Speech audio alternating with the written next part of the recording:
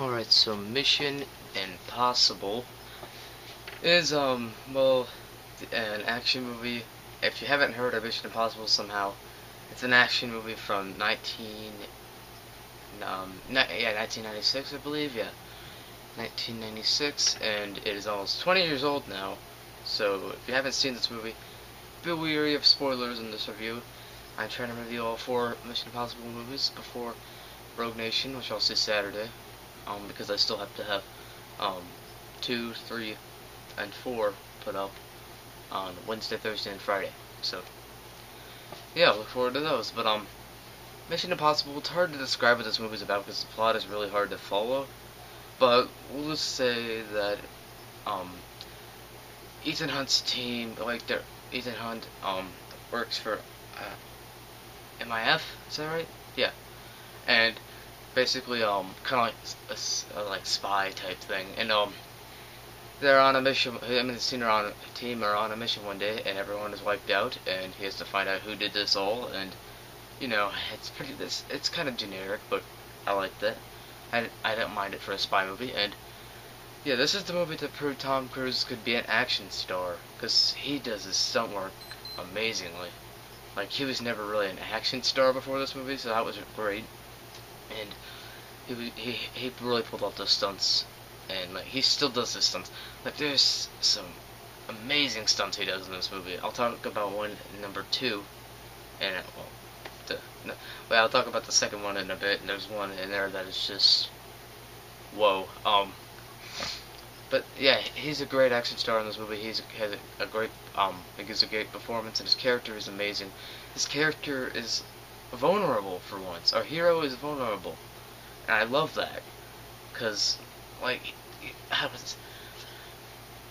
he's like really cautious and really scared, and he's very grounded at, like, how you would be in this situation. Like, he's not this big James Bond, over-the-top action hero. He's a scared little guy in this big organization. He's basically a fugitive. He's on the run. So, that creates for some great tension and suspense, and some fantastic action sequences. Like the one in the tunnel with the helicopter and the train. That was awesome. That was like the last one in the movie too, but that was like the best one. That was amazing.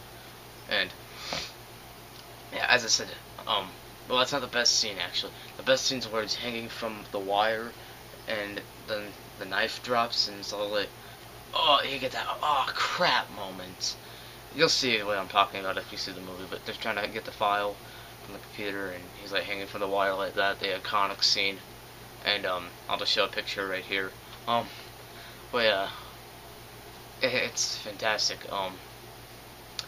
But yeah, Tom Cruise is great, as I said, and overall, great action sequences, great stunt work. It's all great. It's so much fun, and it's I almost said it's briskly paced.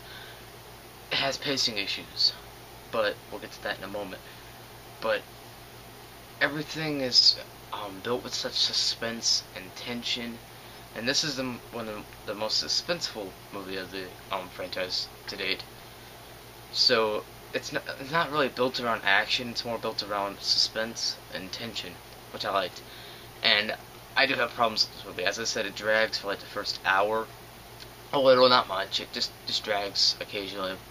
And there is a thing that doesn't really make sense to me. With the villain. For one, I didn't really like the villain. Well, I told you I would do spoilers here, so Jim Phelps is the villain in the movie. And I get how he sees the Bible, and he sees that he took it and talked to, was it? I can't remember. Max, I think it was. I'm trying to remember. I have terrible memory of this type of these little details, and I understand how he connects it in his mind that he is the villain. But the thing that I don't get is that it is said in the movie that he's not known to quote scripture, but later on in the movie he's quoting scripture, and I didn't like that. It didn't make sense to me. I just couldn't connect those things. Like, he's quoting scripture after he's known to not quote scripture. And I understand that he's Job and all that, but it's just weird. That's just a little thing that gets me. Um, but overall, yeah, it's a really good action movie. It's framed well, it's shot very well, great cinematography. It's a really solid movie. It has a lot of over the top '90s explosions and crap, but it's really good. And so overall, yeah, uh, I really like this movie. Great start to the franchise. Not my favorite by any means, but it's a really solid entry. And I'll give Mission Impossible a B plus. Alright, so that's my review of Mission Impossible. So right now I'm about to film my Mission Impossible 2 review, and then I'll have 3 and 4, and all these will be up before Saturday when I do Rogue Nation. So that's my review of Mission Impossible. So peace.